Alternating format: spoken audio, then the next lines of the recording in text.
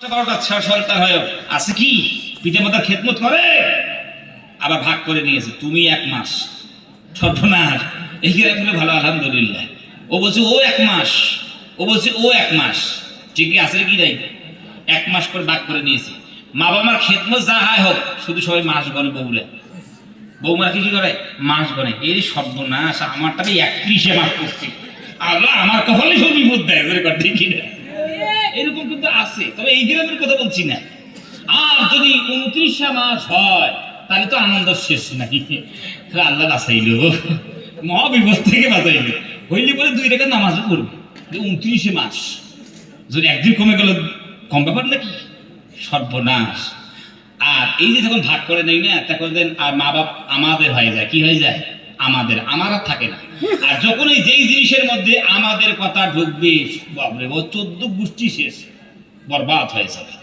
একজন কার কোনো মামা আছে কটা 8টা 10টা তো ভাগ্নে হবে আমাদের কি হবে আমাদের তো সবাই মনে করে ও মনে হয় ও ভাগ্নে মনে হয় অমুকের বাড়িতে গেছে ও মনে করে অমুকের বাড়িতে গেছে এরকম হয় কি হয় না আসলে নামাজ পড়ার সময় দেখা যায় ভাগ্নের মুখ টুক সব শুকে শুকটি মাছের মতো হয়ে গেছে ঠিক না এখন জিজ্ঞেস করে ভাগ্না খেয়েছো বলে মামা খাই নাই সর্বনাশ খাও নাই আজ যদি একটা মামা হয় সে বললো এটা আমার ভাগ্নে ঠিক না আমার ভাগ্নে বললো একটা মামা হলে পরে যদি যতই কষ্ট আর যতই ব্যস্ত তার কাছে থাক তারা তো সাইকেলটা বার করে যে কিছু আনে ব্যবস্থা করে দিয়ে আবার কাজে যাবে জোরে কোন ঠিক কিনে আর যখনই আমাদের শব্দটা আসে সর্বনাশ হয়ে যায় ঠিক কিনা আমাদের বাড়িগুলো বলি যে বাড়িগুলো যেগুলো আছে তবে সেগুলো কি আমার বাড়ি তাই না একটা ইট যদি খসে যায় আপনি আর স্থির থাকতে পারবেন একটা যদি মনে করুন ওই ছাদের মধ্যে একটু ফুটা হয়ে যায় স্থিরে থাকতে পারবেন যথাসাধ্য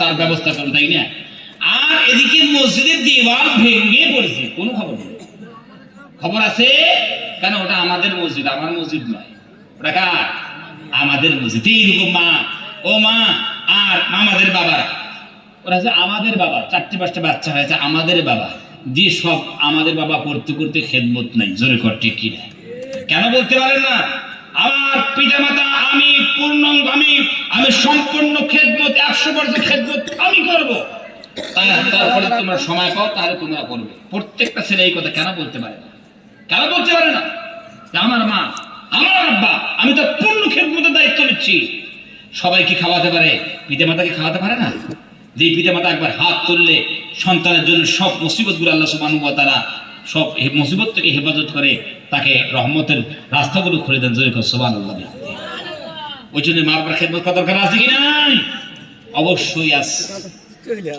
ওই যে একজন সাহাবী বিশ্বনবী মুহাম্মদুর রাসূলুল্লাহ সাল্লাল্লাহু আলাইহি ওয়াসাল্লামের কাছে জিজ্ঞেস করি ইয়া রাসূলুল্লাহ আমার সৌজন্যমূলক ব্যবহার সর্বপ্রথম কে পাবে দুনিয়ার মুখে কি পাবে নবীজি সাল্লাল্লাহু আলাইহি সাল্লাম বললেন উম্মু তোমার মা সাহাবী ভাবলেন তাই 1 নম্বরে মার বুঝে আসলো আমি যে ভালো ব্যবহার করব সর্বপ্রথম যে হকদার তিনি হইলেন মা আবার বলেন নবীজি সুম্মা মান 2 নম্বরে কে পাবে বিশ্বনবী মুহাম্মদুর রাসূলুল্লাহ সাল্লাল্লাহু আলাইহি ওয়াসাল্লাম তিনি বলেন উম্মু তোমার মা আই বলে যায় 2 নম্বর থেকে মায়ের দরজা 1 নম্বর 2 নম্বর মা আমার কাছ থেকে সৌজন্যমূলক ব্যবহারগুলো পাওয়ার হকদার তিনি আবার জিজ্ঞেস করেন সুম্মা মান তারপরে কে নবী বিশ্বনবী জনাবে মুহাম্মদুর রাসূলুল্লাহ সাল্লাল্লাহু আলাইহি ওয়াসাল্লাম ডাক দিয়ে বলেন উম্মু তোমার মা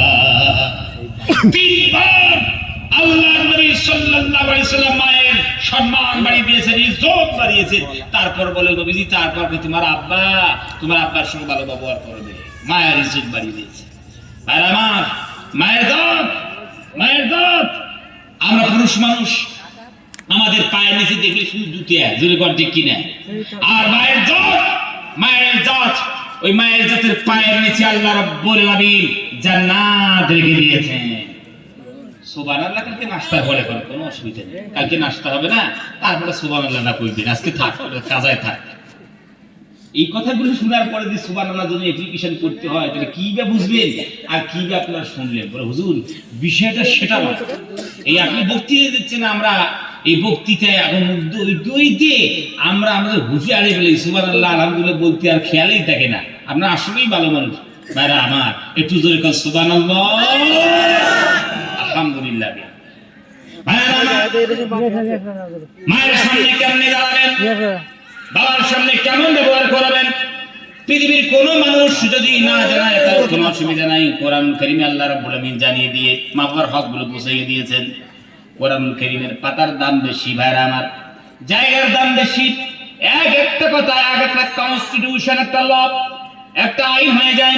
রব্বুল আলামিন শুধু বললেন না কিমুস সালাহ, নামাজ পড়ো, প্রত্যেকটা মুসলমানের জন্য নামাজ ফরজ হয়ে যায়। কতটুকু জায়গায়, এতটুকু জায়গায় বলে আপনি মুসলমান নামাজ ফরজ হয়ে গেল। আবার রব্বুল আলামিন বলেন আতুজ যাকাত, তোমরা যাকাত দাও।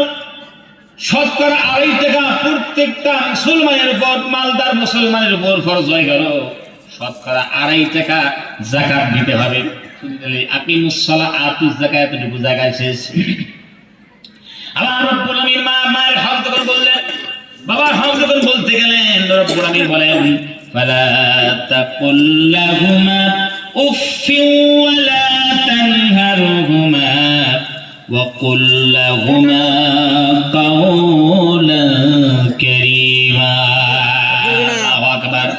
রব্বুল আলামিন শিখিয়ে দিয়েছেন, হে পৃথিবীর মানুষেরা, তোমরা যখন মায়ের সামনে দাঁড়াবে, বাবার সামনে দাঁড়াবে, তোমরা সিনেরা টান করে দাঁড়াও না, তাকাব্বুর, অহংকার, দাম্ভিকতা প্রদর্শন করে দাঁড়াও না।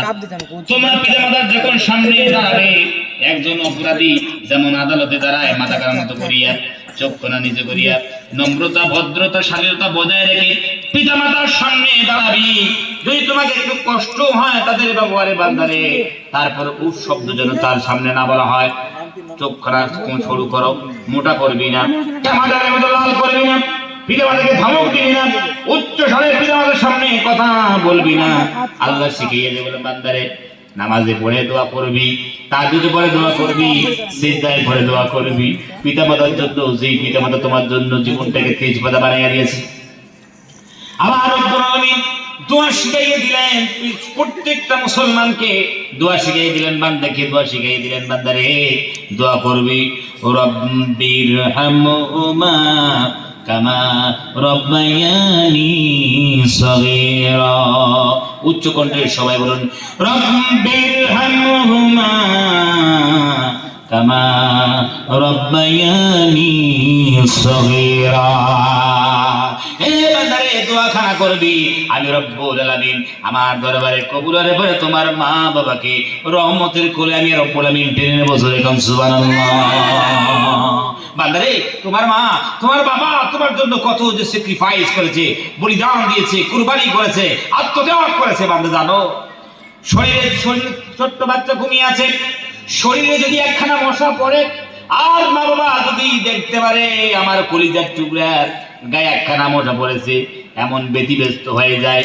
এর আবার মশা মনে ছেলের গায়ে পড়ে নাই, মশা মনে মেয়ের গায়ে পড়ে নাই, রক্ত শোষণ মনে হয় মেয়ের গা থেকে করছে না, ছেলের গা থেকে করছে না। এমন একটা দেখে মনে হয়ে যায় যেন পিতামাতার কলিজার মধ্যে কেউ বিষাক্ত তীর দিয়া কলিজাখানা ফুটো করে ফেলেছে।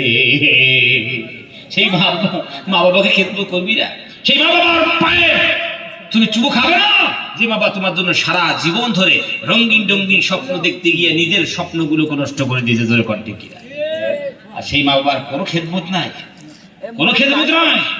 ওই জন্য ভাইদেরকে বলি, যাদের মা বাবা হায়াতে আছে, যুবকেরা তোমাদেরকে বলি, অনেক যুবক আছে মা বাবার সাথে কথাই বলে না। জোরে কণ্ঠে কিনা? আমাদের কাছে মা বাবা অ্যাপ্লিকেশন করে, হুজুর দোয়া করবেন, আমি আমার ছেলের কাছ থেকে আমি কোনো টাকা পয়সা চাই না, আমি কোনো খেদমত চাই না, আমি ছেলের কাছ থেকে কোনো প্রকার সাহায্য চাই না, সেই জন্য শুধু একবার আমাকে মা বলে ডাকে।